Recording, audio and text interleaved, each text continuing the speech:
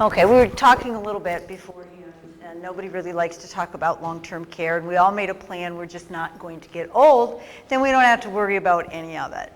But honestly, now is the time to think about it before you need it, because anytime that there's an emergency situation, that's not a time when you're going to make good, rational decisions or have the time to really look into what you need, which is why it's extremely important that we think about these things ahead of time. When we do a new admission, one of the things that we always do is we ask them if they have a living will and if they have a durable power of attorney for medical. And if they don't, we provide them with paperwork that they can fill out. You don't have to go to an attorney. They can fill it out and have it witnessed. We recommend one relative, one non-relative be their witnesses. And at least then, if something does happen, you've gotten to make the decision and somebody else isn't trying to make a decision on your behalf. So you can decide, I don't want to be put on a ventilator if I have a massive stroke. And then your family doesn't have to say, pull the plug. It relieves the family and it lets everybody know what you want done. So thinking about it ahead of time and rationally and really being able to think about it is the time when you want to start thinking about long-term care options. So why are we talking about it? Because having a plan is very, very important so that you kind of know. And your plan can change and it can morph as things change, as circumstances change. Nothing that says, that if I become a burden to my kids, I want to be put in a nursing home, that you can't say later, back the truck up. I don't think I'm ready to do that. I don't think I need that. I think instead I can pay and have some help at home and be able to stay at home. So we need to talk about it ahead of time when we can think rationally about what those decisions really are going to mean to us. Everybody's circumstances are different, and so what's right for me is not necessarily right for Sue or right for you. Everybody is different. Everybody has different resources. Everybody has different people that might be there to help them. So you've got to look at your circumstances and really think about what is doable, what's not doable, where you really want to be. What are the options in homes or in a facility? There's a whole range in between. As we keep saying, talk about it ahead of time. It's money, it's going to cost money one way or another, and you need to look into your own personal medical situation, but think about it ahead of time. Talked about power of attorney and durable power of attorney. There's 5 documents that you need so that you can plan ahead, and they allow you to make your own decisions and you to control what's going to happen should somebody have to make decisions on your behalf. What we really are talking about is the living will portion, which in Pennsylvania is the Pennsylvania Orders for Life-Sustaining Treatment. One of the things that people are concerned about is that if I have a massive stroke, I want them to just pull the plug. I don't want to be put on a ventilator, which means now if I have a massive stroke, I'm going to die. That's not how that works. There has to be 2 doctors that are willing to sign off saying that you are actively dying and intervention is only going to prolong the act of dying. If that's not the case, they're going to provide treatment. They're going to do everything they can to try to save your life until you get to that point that there is nothing else that they can do, and then those orders will come into play. So signing off saying I don't want life-sustaining treatment doesn't mean that you're not going to get treatment. Those can change. They can change every day if you want them to. You'll notice if you go into the hospital, you go into doctor's offices, every time you go they ask you for that. That's because you can change it. You can revoke it at any time. You don't need to go to an attorney to have it done. So if you decide, I don't know, I've seen people that were really in bad shape and they came around, so no, I think maybe I do want some of that life-sustaining treatment done. You can change it. So they're going to ask you for a new copy of it every time because the old copy they have may not be the most current copy. So that's why they bug you for that every time. The differences, again, the time frame, seriously ill or you can get better. They're not going to do it. Who makes the decision? You get to make the decision when you're coherent and you can make your own decisions, and healthcare professionals are going to make the decision if you're not able to make your own decisions. The living will is a medical order, and the advance directives are just what you're saying you want done. Okay? As I said, you can change at any time, and they only come into play if you lack capacity and you're actively dying. Home care. We do home care. We're kind of at the lowest level of this whole long-term care continuum. What we do is personal care, homemaking assistance, the things that they refer to as ADLs, activities of daily living. I get up in the morning, I take my shower, I brush my teeth, I make my breakfast, I make my bed, I get dressed. All of those kinds of things are things that we can do as a home care provider. We are not a home health care provider, we're a home care provider. Pretty much all of it is either private pay, waiver program, or options program that pays for our services. So the Medicaid waiver is for nursing home eligible people who waive their right to a nursing home and instead elect to have care at home. Options is a state-funded program. That's your lottery money at work. That they will pay for low-income people to get care at home. The waiver program typically pays for between 4 to 8 hours a day of services. The options has a maximum of 8.5 hours a week that they'll pay for. If you make too much money to be eligible for the options program, they do have a cost sharing program based on income levels of people. So sometimes if we charge $24 an hour, the options program says you're not eligible yet, you've got to spend down some money, but we'll pay $12 and you pay $12. And then we'll cost share for a while until you become eligible for the program so that you can still get the care but at a lower rate than just going out privately. Those are the bigger payers. Long-term care insurance generally does not pay, although some policies will, even if it doesn't expressly state that. So if you do have a long-term care insurance policy, you can always check with them to see if they'll pay for it. Sometimes they will and sometimes they won't, but mostly it's private pay that pays for home care. Other options in home care, there's home health care, which does your skilled things. That would be your nurse, your physical therapist, speech therapist. They can send an aide. Aides typically only will come out 2 to 3 times a week, and it's strictly for personal care. It's strictly for bathing and dressing. They don't do meal prep. They don't clean houses. They don't run errands. They don't make meals. Those are things that we can do. Those are considered long-term care.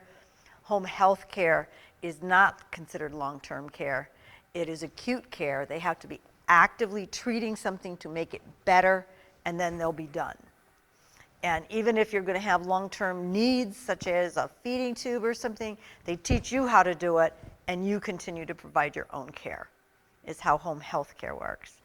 But there is hospice. Hospice, to be eligible for hospice, you have to have a terminal diagnosis, and death is supposed to be imminent within 6 months.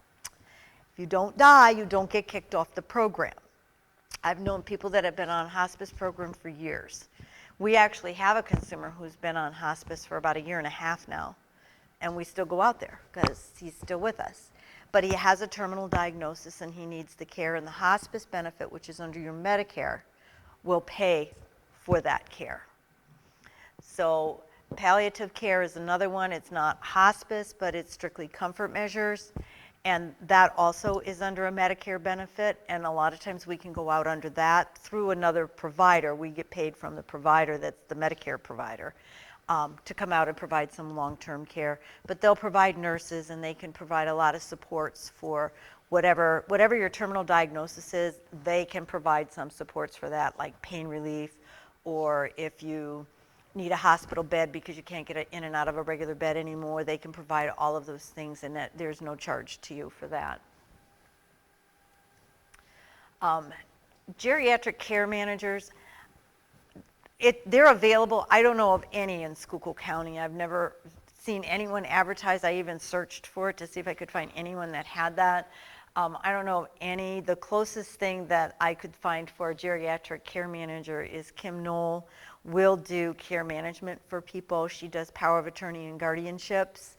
She is not a certified geriatric care manager, but she has a lot of experience, and she can go out and help you navigate all of these different areas, help you with bill paying, help you, get services set up, coordinate those services, and make sure everything is taken care of. A lot of people, when they get older, it's very overwhelming and mind-boggling to have to deal with all of these people. Unfortunately, all of us have a lot of regulations that we have to comply with, and a lot of them seem really silly. So when somebody wants something and it seems simple and easy, but with the regulations we've got to follow is not so simple, it can be very frustrating, and geriatric care managers can help navigate that because they understand that. And sometimes also you need to know the right word to say to get what you need. And just knowing the right terms to use, you can get what you want paid for versus asking for something, well, that's not covered. So a geriatric care manager can be worthwhile, but like I said, we don't have anything. Kim would be the closest thing around that I could find, and if anybody wants that information, I can surely get that for you. Adult day programs are in the county, and they are very, very underutilized, and I don't understand why. They are paid for through the waiver program or private pay. They're much cheaper than having a home care aide come out and spend 8 hours a day with you. They give them breakfast, they give them snacks, they give them lunch, and their lunch is their dinner. They do a real meal, not just a sandwich and a couple of chips. They do a nice balanced meal for people. There's different kinds. There are some that are just mainly really social, but for people that would have physical issues that can't get around real well. There are some Holy Family Adult Day in Orwicksburg at the Old Holy Family. They are a dementia and Alzheimer's adult day program, and they are really good. They have activities that they do with people all day long, so they're not just sitting and vegetating. STS picks them up, brings them to the program, or people can, drive them and drop them off at the program, pick them up. You can go 1 day a week, you can go 5 days a week. It's up to you what you want to do, but it gets people out of their house and gets them actively engaged with other people, where they've got some social stimulation. When I like my house, but to sit in my house day after day after day and not see anybody gets boring real quick. And we don't want people to sit and vegetate. They do exercises with them. They take them to Knoebels once a year. I mean, they do a lot of things with them that are fun and trying to keep them moving and engaged, which I think is wonderful. So I think people should be thinking about those. You could go for a full day at an adult day for the cost of about 2.5 hours of home care. So you're getting a lot more bang for your buck, and if you're taking care of a family member in your home and you need to go to work, they're taken care of. They're taken care of. You just drop them off on your way to work, pick them up on your way home, and they've had a good day too interacting with people. Life programs. Geisinger has a life program. It's in Coltma, and it serves the northern portion of Schuylkill County. They are opening another life program in Minersville. I'm not sure exactly where in Minersville, but it's right in the town of Minersville, and it's supposed to be open by next fall, not this one coming up, but by 2020. A life program differs a little bit from an adult day program in that they do everything. They provide all the personal care. If you need home care, prior to coming in, they will have an aide go out and get you up and washed and dressed and ready to get on the bus to go to the life program. They have physical therapists on site, so you don't need home care. They have nurses on site, don't need home care. They provide you with your doctor visits, everything. So that's just a one-stop shop where you can go. They have the same kind of adult day programs where they have activities and meals and things for everyone. So it's like an adult day, only it's with a lot of extra added benefits. So that is paid for by Medicare. That Medicare does pay for that. Personal care homes and assisted livings are residential facilities. We have Providence Place, Luther Ridge, we have Heritage Mills, Schoolyard Square, there's Asher Home up in McAdoo. There's a couple smaller homes around. They don't provide skilled things other than medication management, but they do all of your meals and that. They're expensive. They're cheaper than a nursing home, but they are expensive, but they are still, again, all-inclusive. You've got your apartment, you've got your meals, you've got your meds, you've got activities. In order to be, quote, eligible for personal care homes, and I know if you know anybody in them, there's a lot of people that really aren't eligible, but that are there, you have to be able to come down to the lobby, look at the TV, say, oh, they have bingo at 3 o'clock, I want to go, and at 3 o'clock you get yourself down to bingo.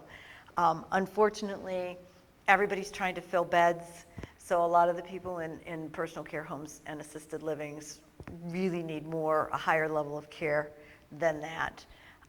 We do provide services in personal care and assisted livings to people that need more care than what those kinds of places can provide under their licenses. But they are an option. Some of them are very nice places, so they are an option. If you've got the money to be able to pay for that, it is an option. My parents live in one, and they have a lot of services that they don't get when they were living in their condo, or just if they just got an apartment someplace. They don't have to go outside in the winter at all if they don't want to, because everything is there for them. So it is also an option. And assisted livings, I talked about that. Continuing care retirement communities, they have, Providence Place is one. They have a section that is all independent living. They have their own little apartment. They can make all their own meals. They do all their own stuff. And then they have their assisted living. And the idea behind them is that if you're in the independent living, you can transition to the assisted living if there comes a time when you need to do that. But otherwise, again, you're inside a building, you've got some support systems there, you're doing all of your own medications and things like that. But if there are issues, there are nurses there are people that you can call that are going to come and help you. Skilled nursing facilities are the place that nobody wants to be. However, there is a time and a place where they do become necessary. If you get to the point, or someone you know gets to the point, that they really need 24-hour care, they really cannot be left alone. 24-hour home care is outrageously expensive. Living in an assisted living facility is expensive. And no one pays for all of that except individuals. Everyone in Pennsylvania has a right to nursing home care. Everyone. If you have money, you have to spend your own money while you have it, but when you run out of money, the state will pick up the tab and you can stay in the nursing home. The waiver program, you're waiving your right to nursing home in order to stay home, but there comes a point sometimes with waiver consumers even that 8 hours, 12 hours a day even is not enough. You need somebody 24 hours. You've got skilled needs that need to be addressed. Maybe, it's a diabetic who has had some amputations and can't get up out of bed on their own, so they can't get to the bathroom. Their sugars are kind of crazy, so you've got to have somebody really keeping an eye on that and getting medication adjusted a lot. You need to be someplace where you've got nurses there 24/7 that can take care of you. And they are paid for, like I said, by Medicaid. So it's private pay until you get down to Medicaid unless you have long-term care insurance. We have some very nice ones.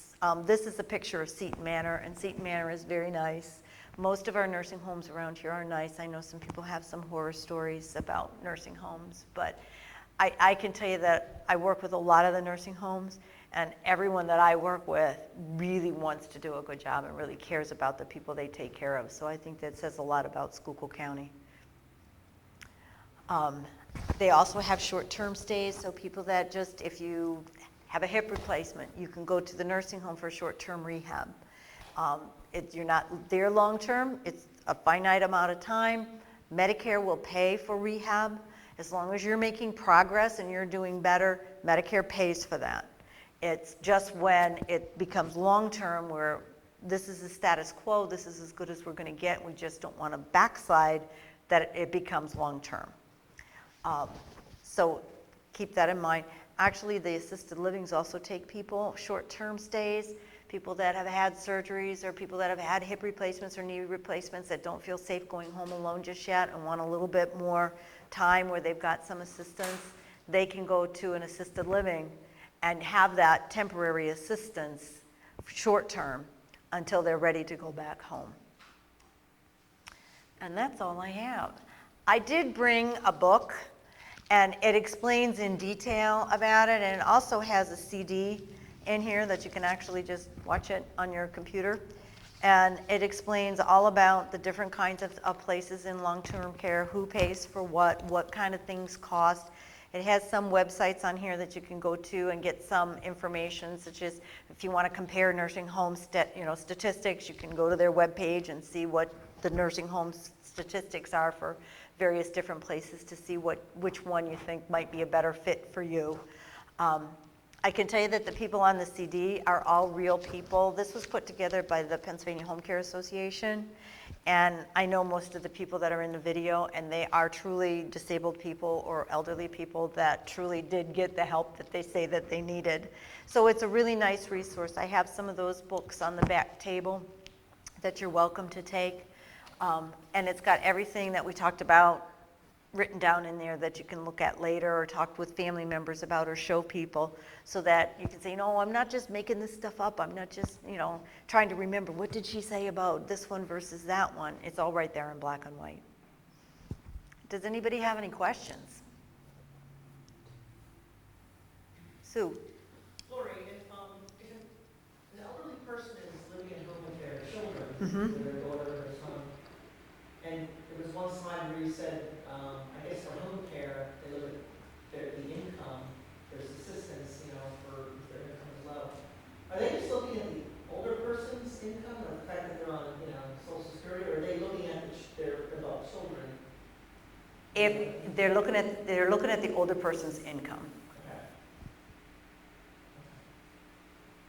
And if people are worried about if the state has a recovery, they have to try to recover any money that they spend. So if you have any resources, they're going to try to recover that. So just say my husband and I needed assistance. So we had to go to the state to get some assistance for me, okay? We have to sign a paper saying that when we sell our house, the state can recoup the money that they paid for me. They do not make one spouse destitute to care for the other spouse. So they will never take all of the money. Okay, and as long as, if I passed away, they're not going to tell him, well, she's gone, so you've got to sell the house so we can get our money back. He can stay there as long as he wants to. But when he's gone, then the state will take their share of that money that's owed to them out of the proceeds, which does keep some people out of the program because they say, I'm not doing that. But that's a choice. You have that choice. Lori, how important then to get with an elder attorney?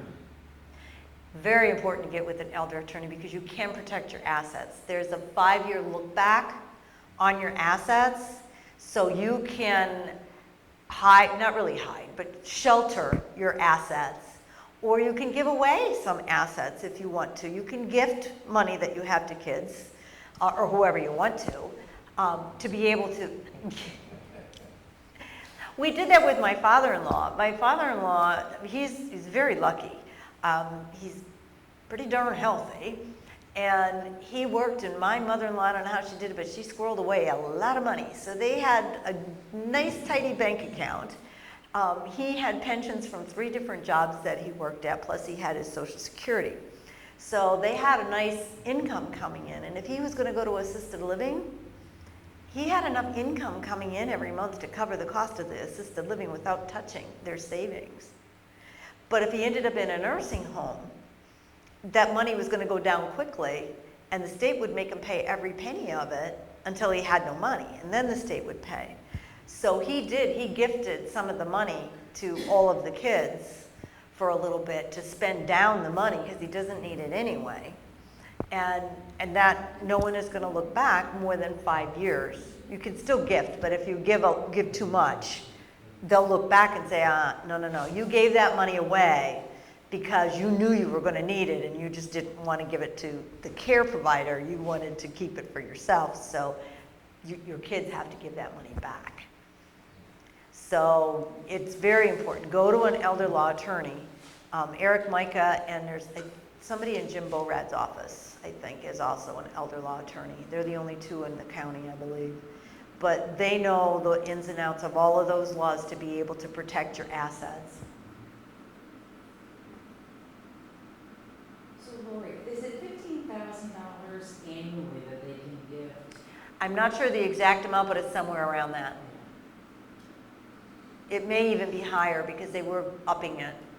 They didn't up it for, I don't know, 30 years, and so then they decided they needed to start updating it because the value of money has changed over that time, and it is more. So it's probably somewhere around 15. It could be a little bit more than 15 Per person? per person. So he could give 15,000 to me, and he could give 15,000 to my husband. He didn't, but he could have. I'd have taken it. Lori, are you familiar with the VA aid and attendance program? I am a little bit familiar with that. That is very similar to what we do. It's home care, and we actually can provide services through the VA, but that it has to be for a combat veteran. You can't just have been in the service. You have to have been in during wartime, and that also is based on financial need. But it's also available for the spouse.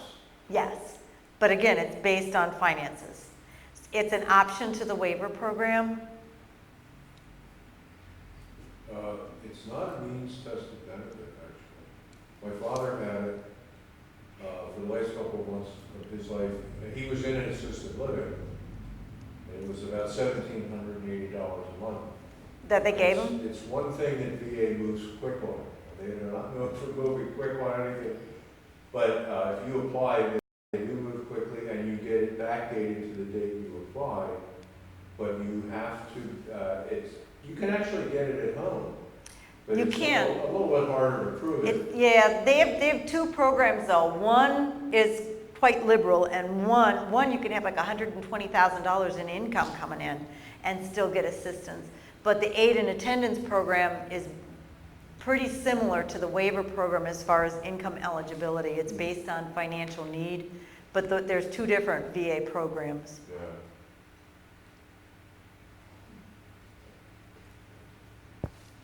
And you're going to talk about elder abuse as well? Yes. I was originally supposed to do this presentation in May, and May is the Schuylkill Elder Abuse Prevention Alliance's Silver Ribbon Campaign Month, and what we try to do is we try to raise awareness that elder abuse is an issue, and that there are people in this county that are able and willing to help. Only about 1 out of every 14 elderly people that are abused in one way or another ever report that there's any abuse going on. A lot of reasons for that. Sometimes the perpetrator is a family member and they don't want to get that person in trouble. Sometimes it's because they have been sort of bullied and they're afraid that if I turn in my son because he's stealing from me, then he's going to kick me out of the house and I'm going to have to go to a nursing home, and I don't want to do that. So they figure it's the lesser of two evils to just deal with it. Unfortunately, sometimes it's really just ignorance. You know, there's no help. There's no help out there for me, so I'm going to just stay home, and I'm not going to be eating well, and I'm not going to be clean because I can't get into the shower. And sometimes I think some of these caregivers don't know any better either, and they don't know that there's help available. And there is. So, I mean, there's physical abuse, there's sexual abuse, there's financial abuse, there's neglect, and there's self-neglect. So just because, somebody isn't doing the things that they should be doing doesn't mean that we can't come in and intervene. Adult Protective Services is the entity that is the one that goes out and does the investigating if there's any kind of alleged abuse. I'm on the Schuylkill Elder Abuse Prevention Alliance, and we get reports every month. We get between 60 and 70 reported cases of abuse.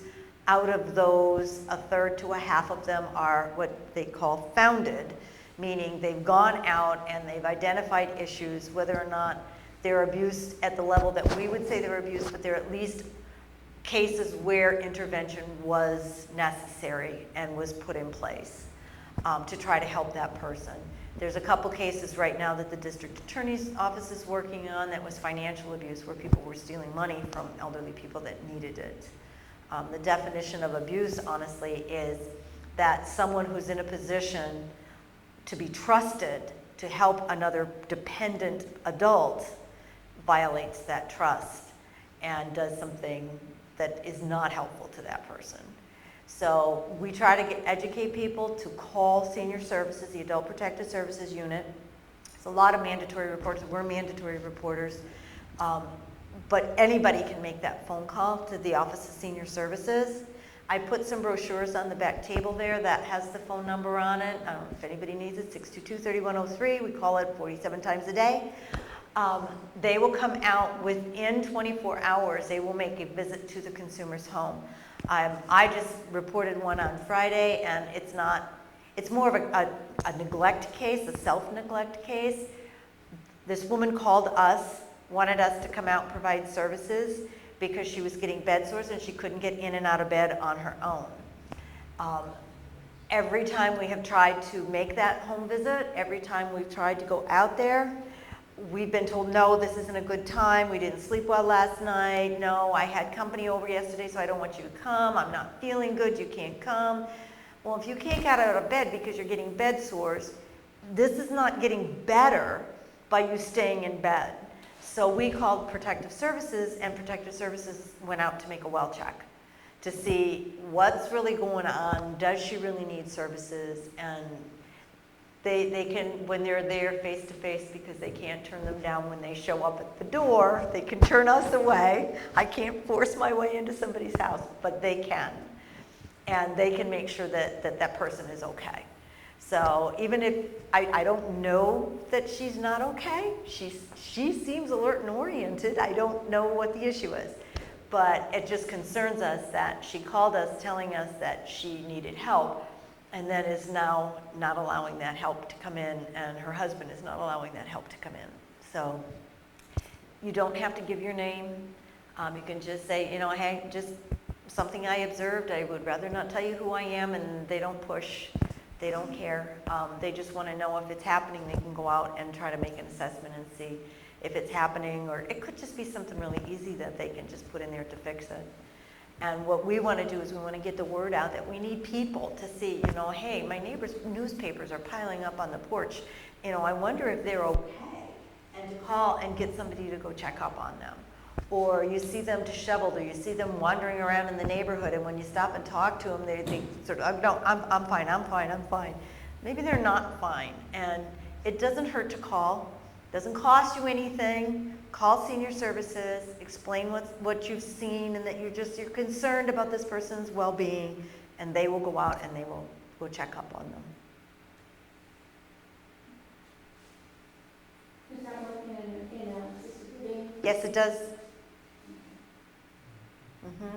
and in nursing home too? Yes. And the Under 60 Adult Protective Services Act is also managed by the Office of Senior Services, because there really isn't any local place to do that, so they will investigate those as well. So anybody that's an adult, if there's an issue, you know, that you think somebody is not being properly cared for, maybe being taken advantage of, make the call to them. And they don't give up the name. They don't even, if we report something, they don't say, oh, Lori's Angels reported that. They don't tell them that.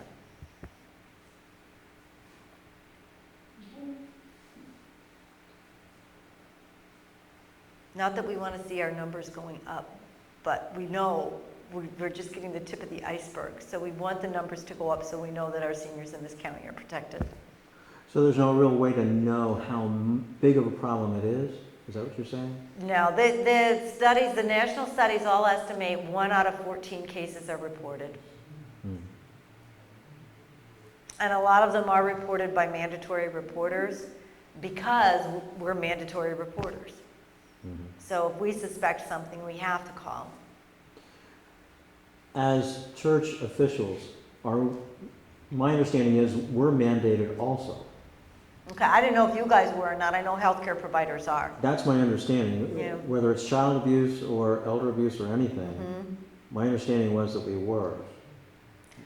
I would make the call. I would not want it on my conscience that I thought that there was a problem and I didn't do anything about it. Mm-hmm. Just as a good citizen. Mm-hmm. Okay. They're very nice when you call. They'll ask for a lot of information. If you don't know all of it, that's fine.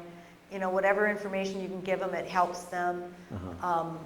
We've called on people in the past, and they've already been in their system. They already have had contact with them in the past, and so they have a lot more information than what we even had. So, but they make contact, and they'll go out and they'll see. Okay. Do you want to give that number again? Can you give the number again? Their number is 622-3103. They have an 800 number. That one's 800-832-3313. And we are taping this tonight. It'll be available on YouTube. So, just so you know, if you want to refer to it again. That number is 3103? Yes. Their 800 number is 800-832-3313. Mhm.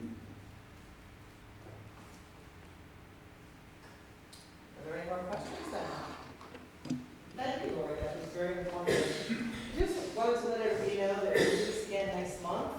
On Tuesday, July 9th, we're gonna try Tuesday night. Mondays aren't good for people.